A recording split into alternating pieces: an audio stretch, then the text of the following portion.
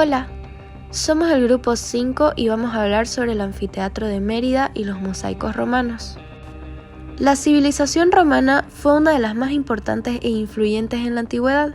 Los romanos fueron unos enormes innovadores en lo que viene siendo la arquitectura, ya que estos introdujeron en el campo laboral nuevos materiales como el hormigón romano y el ladrillo, que junto a la aparición de la bóveda se logró realizar edificios más grandes, amplios y sólidos. En el año 25 a.C. se fundó la ciudad Augusta Emérita, capital de la provincia lusitania. Debido a la importancia que tenían los espectáculos, a finales del siglo I a.C. se construyeron dos espacios al sureste de la ciudad sobre un pequeño cerro que fue utilizado en la construcción de las escaleras. Uno de estos espacios es el anfiteatro de Mérida, que fue inaugurado en el año 8 a.C. por Marco Vipsanio Agripa.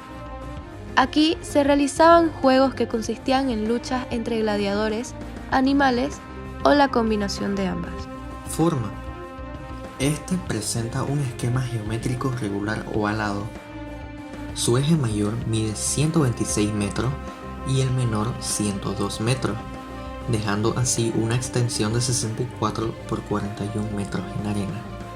En cuanto a textura, en el primero del anfiteatro tenía una textura totalmente rugosa por el aspecto de la construcción con el método constructivo de sillares y granito. Estos eran bien encuadrados y almohadillados.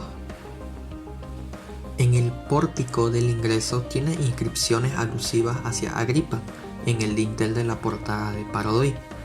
Internamente, en el pódium elevado originalmente tenía placas de mármol como revestimiento en sus paredes, generando así una textura lisa. La función principal del Teatro Romano de Mérida fue la de espacio de ocio y entretenimiento. En el anfiteatro se celebraban los venationes. Estos eran los juegos entre gladiadores, entre animales y hombres. Eran una de las actividades de ocio preferidas por los habitantes de la ciudad. Las áreas del anfiteatro. La arena es el espacio central donde se desarrolla el espectáculo. A su alrededor, demarcando su perímetro, había un muro y sobre este una reja metálica dispuesta para proteger al público de posibles ataques de las fieras. Esta era la zona donde se desarrollaba el espectáculo y se podía tener un aforo de hasta 15.000 personas. El foso ocupaba el espacio localizado en la zona central de la arena. Se utilizaba para albergar los animales empleados en la lucha, además de los elementos necesarios para la puesta en escena del espectáculo. El graderío. Se accedía a través de pasillos abovedados o vomitorios, por medio de 16 puertas. El graderío se dividía en la cavea ima. Se localizaba las dos tribunas existentes, una para las altas dignidades y otra enfrente para el editor de los juegos, persona en quien recaía la responsabilidad de llevar a buen término el desarrollo de las mismas. La media cavea acogía a la plebe libre y a los extranjeros. La summa cavea era la parte superior del graderío. Es la más estropeada debido al hundimiento de las bóvedas de los corredores. En este espacio se situaba a los esclavos, la plebe más pobre y a las mujeres. Las diferentes partes de la cavea se comunicaban entre sí mediante escalera. En el apartado de espacio, esta cuenta con una planta ovalada y simétrica. La organización que tiene cuenta con pasillos curvados que comunican una salida o vomitorium. Esto es un espacio oscuro y ventilado. Como cada nivel de la cavea tenía sus propias puertas, el desalojo del público podía hacerse en cuestión de minutos.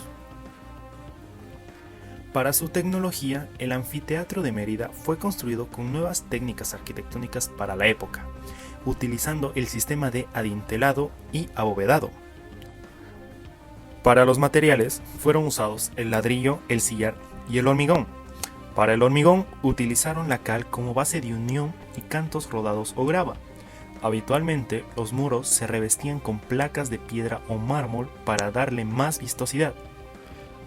Para su observación, el anfiteatro de Mérida mantiene ciertas características constructivas, como los arcos y bóvedas, pero carece de una cubierta protectora para los espectadores. Tomando en cuenta que este anfiteatro se encuentra en lo que actualmente es España, lo que quiere decir que los veranos son muy calientes y los inviernos son muy fríos. Sumándole su capacidad de 15.000 personas, esto genera un problema de comodidad, puesto que los espectadores tenían demasiada exposición al sol y a la lluvia. La solución más viable a este problema, considerando su economía, materiales y avances tecnológicos, sería colocar una cubierta de tela desplegable que sea accionada mediante poleas, como por ejemplo el anfiteatro de Pula. En la apertura del siglo II y I a.C., los mosaicos se utilizaban para decorar fundamentalmente paredes y techos. Con el paso del tiempo y la mejora de las técnicas, comenzaron a usarse también para cubrir la superficie del suelo, elaborando así unos espectaculares pavimentos que conferían en las villas y palacios una majestuosidad adicional, decorando la posición social y el poder de sus inquilinos.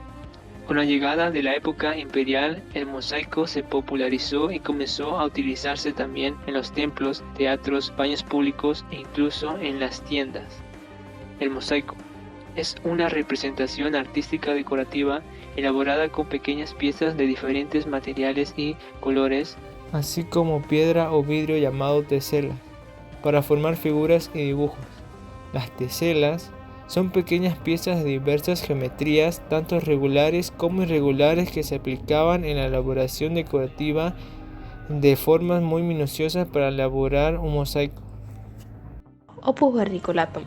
Este tipo de tesela es de uso frecuente en helenístico y en periodo romano. Piedra de dimensiones muy pequeñas, menos de 4 milímetros, en los que el artesano podría realizar minuciosamente cualquier diseño con mayor detalle. El opus musivum se trata del mosaico que se colocaba en las superficies planas de las paredes y muros. El opus sectile se trataba de placas de mármol, nácar y vidrios de diversos tonos que se cortaban e incrustaban de mayor y menor dimensiones. El opus tessellatum se componen de rocas calcáreas o cerámicas en espacios amplios. El opus regolatum se ocuparon teselas que debían de colocarse a modo pozo, estando unidas entre sí con cemento hasta formar figuras geométricas. El espacio interno de los edificios resultó ser un lugar indicado de la aplicación. El lugar más apreciado de estas tipologías arquitectónicas fue en las superficies planas y amplias sobre el piso o suelo, en algunos casos en los muros y cubiertas. Esto se destacó por la resistencia y durabilidad y estética. La técnica de pavimentación estaba preparada por un suelo natural que debía ser firme y estable para el entrepiso. Este estaba dividido por 3 capas: el statumen, que era piedras de asentamiento de cantos rodados; el rudo, rellenado y compactado de tierra y arena; el núcleo, fina capa de mortero o cemento. Este último estaba realizado por una capa de mortero y la combinación de polvo de teja y carbones. Para rigidizar y darle una pendiente mínima para la aplicación se la realizaba en superficies planas. También se realizaba en otras superficies como los muros y cubiertas. Para el color utilizaban piedras terracotas o vidrios de diferentes colores, aunque también pueden estar hechos de madera, y una variedad de mármoles de diferentes tonalidades. El material de partida, mármol, nácar o vidrio, se cortó en finas losas, se pulió y se cortó de acuerdo con el proyecto de diseño. A diferencia del mosaico, las piezas del opus sectile son mucho más grandes y pueden representar grandes partes del diseño. Pueden ser muy variados y van desde las rocas calcáreas hasta el vidrio, pasando por la cerámica. La representación era figurativa y variada. Las escenas decorativas de los espacios internos de los edificios eran solicitadas según el propietario. Se dividen en sucesos religiosos, con la combinación de deidades, héroes y escenas de la vida cotidiana, así como acciones de juegos, batallas, cacería, romances y erótica. Los ejemplos más representativos de las provincias y ciudades romanas son Villa Romana de la Olmeda, Villa Romana del Camino de Albalate, Villa Romana de Conimbria, Mosaico de Isos, Mosaico de Neptuno y Anfitrie.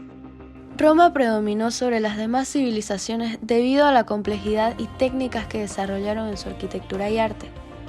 Se destacan el arco, bóveda y cúpula. Su combinación hizo posible el cubrimiento de grandes espacios sin necesidad de columnas como apoyo.